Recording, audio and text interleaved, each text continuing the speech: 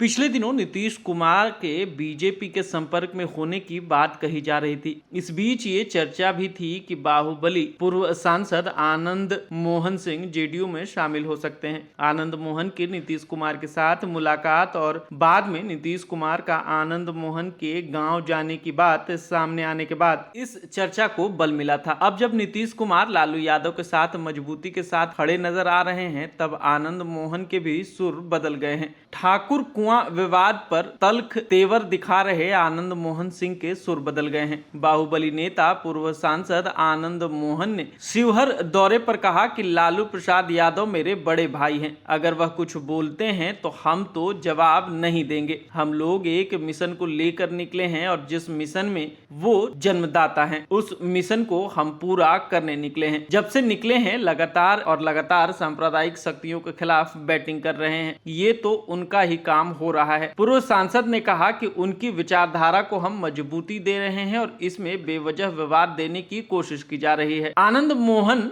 मनोज झा का बिना नाम लिए कहा कि एक फिटकिरी झा ने इसे बेवजह तूल दे दिया। पूर्व सांसद ने कहा कि वहां स्त्री विमर्श की बातें हो रही थी, महिलाओं के आरक्षण की बातें हो रही थी, उनके हक की बातें हो रही थी, उसमें बेवजह एक प्रतीकात्मक कविता शामिल कर दिया गया। इस देश में बड़ी साजिशें चल रही हैं। कुछ लोग नहीं चाहते कि जो मार्शल कौम है उसके साथ कृषक जातियां साथ आएं। इससे चालाक लोगों को सत्ता से बेदखल होने का खतरा है। वहीं आनंद मोहन ने अपने घर सीएम नीतीश कुमार के जाने के सवाल पर कहा कि मुख्यमंत्री जी और हम दोनों स्वतंत्रता सेनानी के परिवार से हैं। मुख्यमंत्री जी हमारे यहाँ जा रहे हैं, कोई नई बात नहीं है। वे जा रहे हैं मूर्ति के अनावरण में। मेरे दादा राम बहादुर सिंह को लोग कोसी का गांधी कहते हैं। इसके साथ ही आनंद मोहन ने जेडीयू में शामिल होने के सवाल पर कहा कि यह फालतू बात है। आनंद मोहन के घर नीतीश कुमार के जाने पर आरजेडी एमएलसी सुनील सिंह ने तंज किया और पूछा कि यह रिश्ता क्या कहलाता है। सुनील सिंह ने फेसबुक पर पोस्ट किया है और गठबंधन के उत्कृष्ट अव्वल एवं वर्ष 2023 में सांसद रत्न से पुरस्कृत राज्यसभा के माननीय सांसद का गोईठा के